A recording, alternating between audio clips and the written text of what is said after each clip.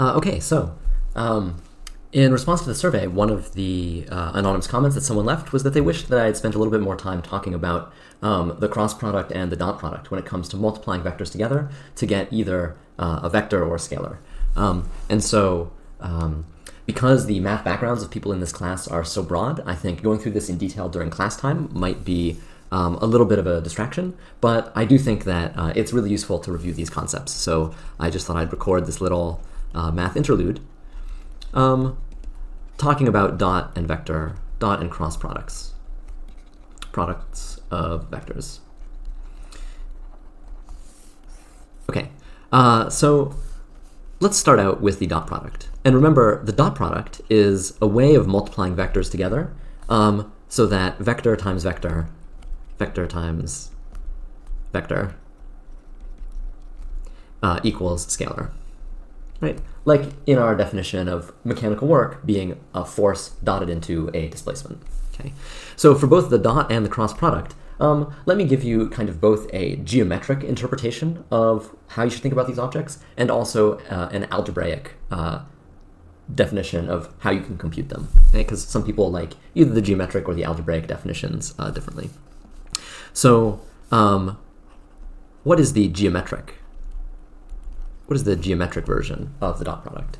The geometric version of the dot product asks the following question. Suppose I'm going to dot two vectors together. So I've got some vector here, and I've got, some other vector here. Like maybe this is the displacement that I'm moving an object, but this is the direction of the force that I'm applying, right? And it's not moving in that direction because maybe there's other forces involved. Maybe there's friction, maybe there's an obstacle in the way, maybe I'm sliding it against a wall, who knows? Okay, so the geometric version of the dot product is basically a way of asking, how much of this vector is along the direction of this other vector? And it's a symmetric thing, so it's also completely equivalent to how much of this vector is along the direction of that vector. Okay, so what we imagine doing is kind of drawing these things so that they're tail to tail, kind of like this. When we do that, there's an angle between them, and you can kind of see that there's like a projection. How much in the up direction, say, does this diagonal arrow go? Or how much in the diagonally up direction does this up arrow go? Okay, so that's kind of the geometric way of thinking about this problem. And then if you want to know, well, what's actually the answer, let me call this vector, actually let me use A and B. So let me call this one A, and let me call this one B.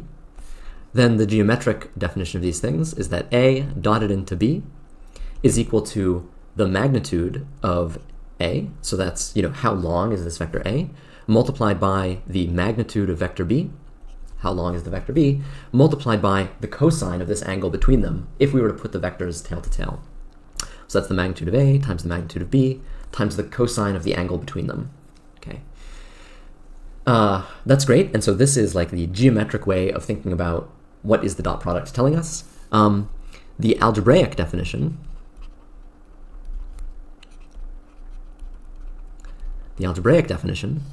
which can often be very convenient when you're given coordinate representations of your vectors. So to demonstrate this, let me draw first a coordinate system. So I've got, let's say, some direction here.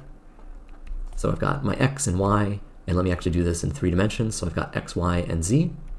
And then I have, some vector a that's just off pointing in some direction, right? And I've got some other vector b that's off pointing in another direction. Okay, so one way that we can algebraically write this vector a is by writing out how far it points in each of these 3 x, y, and z directions. So there's some amount of a that's pointing along the x direction, there's some amount of a that's pointing along the y direction, and there's some amount of a that's pointing along the z direction. And so the notation that we might use for this involves like these curly braces and then the x, y, and z components of the vector a. You can also, if you like, write it out in the following notation. You could say that's the same as ax times x hat, and x hat is like a vector whose total length is 1 that only points along the x direction. Y hat is going to be, the same thing, but it only points in the y direction. And z hat is the same thing, but it only points in the z direction. So these hat vectors kind of help us define what our coordinate system is. And with the help of them, we could say that this a vector here, ax, ay, az, that's the same thing as ax along x hat plus ay along y hat plus az multiplied by z hat. Okay. And of course, we could write the same thing for some other vector b. This is going to be bx, by, bz. And if we wanted, we could write this in the same way. Bx times x hat plus by times y hat plus bz times z hat. Now, once we've defined like our coordinate system in this way, and we have, if a homework problem or if something that you run into kind of naturally gives you a coordinate representation of the vectors, kind of like this, then an easy way to compute the dot product is to say a dot b is just you multiply the components together one at a time and add them up. So a dot b is ax times bx plus ay times by plus az times bz. And you can kind of check for yourself, if you'd like, that the algebraic definition of how to compute this thing will give you exactly the same answer as this kind of geometric definition, okay? Will give you the same answer as the geometric definition. To work that out, you have to know, like, well, how do I compute the magnitude of a vector? The magnitude of a vector is given by, let's say, the magnitude of a is given by the square root of ax squared plus ay squared plus az squared.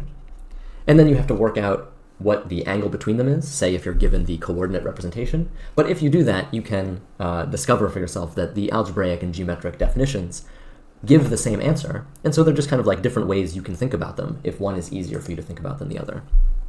Okay, so that's the dot product. What about the cross product?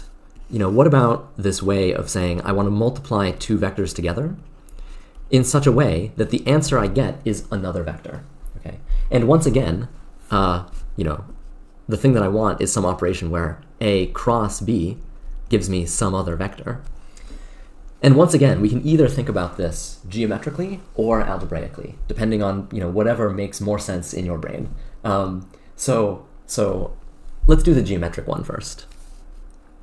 Geometric version. The geometric version says, like, to know C, to figure out what the answer of A cross B is, we need both a magnitude and a direction, right? Because that's how we define vector quantities, a magnitude and a direction. Okay, so let's do those one at a time. Suppose I have two vectors like this. This is vector A, say, and this is vector B. The geometric version says, well, the magnitude of C, you might remember from class that the answer to this is, well, it's the magnitude of A times the magnitude of B times the sine of the angle between them. Okay? And the geometric intuition for this, or the geometric way of thinking about this, is that the cross product is telling you the area of the parallelogram that would be formed if you started at the origin and defined your parallelogram by, and let me make this, I guess, slightly more of a parallelogram. If you defined your parallelogram by saying, start at the origin, go along B, and then add to the head of this vector the tail of A, so this is like A, just translated up. So you go from the origin to the tip of B to B plus A, and then you just go back to A, form the other one just by going from the origin to A. So this parallelogram has some area. You might remember from geometry that the area of a parallelogram is just like the base times the height. So if we figure out, what is the base times height of this, so that, this thing is a right angle, well, the base is just however long A is, that's the magnitude of A. And this thing, you can tell from your geometric, your remembrance of geometry or trig, if the hypotenuse here has length the magnitude of B, then this height here is magnitude of B times the sine of theta, right? So that means the area of this parallelogram is magnitude of A, the base, times the magnitude of B times sine theta. And B sine theta is, the length of this edge right here, the height of the parallelogram. So the geometric version says, that's the meaning of the magnitude of the cross product, but I still need to tell you the direction. And once again, the way we figure out the direction is by this right-hand rule. And so, for instance, we imagine putting our hand along the direction of A, and then curling our fingers in the direction of B and asking which way does our thumb point, for instance. And it depends on what projection of this in 3 dimensions we're actually thinking of, but we could say maybe the direction then corresponds to like this way. So now you can see that I was secretly drawing everything in 3D, right? So this is the direction of C, and the magnitude of C is given by this kind of geometric, what is the area of a parallelogram formed by the vectors A and B in this way. Okay. That's great. That's great. Yeah.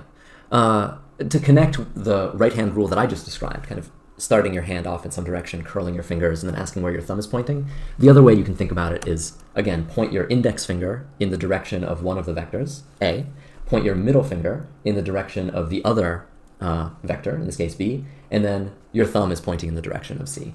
So geometrically, again, the magnitude of the cross product is the area of the parallelogram, and then the direction of the cross product points perpendicular to both A and B at the same time, where the positive sign corresponds to this right-hand rule convention. Okay, so that is the geometric definition of the cross product, but of course there's also just an algebraic way to state what it is.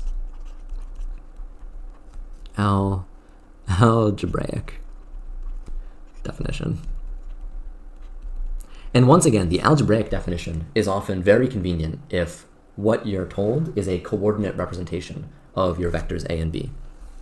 So remember, what that looks like is having something like AX, AY, AZ, BX, BY, BZ. Okay, so if I just keep scrolling down here for a second, how do I work out A cross B? What I'm going to draw here is a 3x3 matrix, which, if you've ever seen matrices before, this is a convenient way using the matrix determinant to remember what the combinations of A and B you actually need are, because unfortunately the algebraic definition of the cross product looks kind of more complicated, and so is a little bit harder to remember than this AX, BX, AY, BY, AZ, BY, AZ, BZ. So what am I going to write up here? I'm going to take the determinant, and if you've never seen this before, I will kind of explain how to think about computing it in just a second, and I'm going to write the following things. On the top row, I'm going to write those unit vectors corresponding to how I would decompose A and B, right? So remember, I might write, sorry, there's a little bit of lag, I might write the vector A as like AX in the X hat direction plus AY in the Y hat direction plus AZ in the Z hat direction. For some reason, these little carets are called hats. It's a very boring hat, but there you go. So I write these X hat, Y hat, and Z hat symbols, and then I'm going to write the amount of A in each of those directions, so AX, AY, AZ, and then BX, BY, BZ. Okay. Now, what do we do with this object? To compute the determinant, we're going to write this down in 3 steps. So what you do is you first say, let me look at this entry. I guess I'll use different colors for each of these. Let me look at this entry and multiply it by the determinant of this smaller 2x2 section of the matrix. So I kind of imagine deleting these rows and columns, multiplying this entry by this determinant. If you've seen linear algebra before, or if you've seen this in your algebra class before, you'll remember that what this is AY times BZ minus AZ times BY multiplied by this X hat symbol. Okay, I then go to this next entry. I throw in a minus sign because you alternate signs as you compute determinants, kind of like we alternated signs between a positive and a negative term over here. And then I imagine deleting this column and this row and taking the determinant of a smaller matrix composed of AX, AZ, BX, and BZ. So that looks like minus AX, BZ minus AZ, BX, pointing in the Y hat direction, plus And then I multiply this item. I imagine deleting these two rows and columns and taking the determinant of this smaller 2 by 2 matrix over here. And the way you do that is to multiply this thing minus that thing. So that's plus ax by minus ay bx, pointing in the z hat direction. Okay, so if I were to write that out, that's c is equal to this thing. So, written as using that kind of curly brace notation, you can see that c is curly brace, well, how much is in the x direction? It's ay bz minus az by, comma. How much is in the y direction? It's negative of this thing, so that's az bx minus ax bz. And then how much is in the z direction? It's ax by minus ay bx. Okay, and that's the formula for the cross product, algebraically.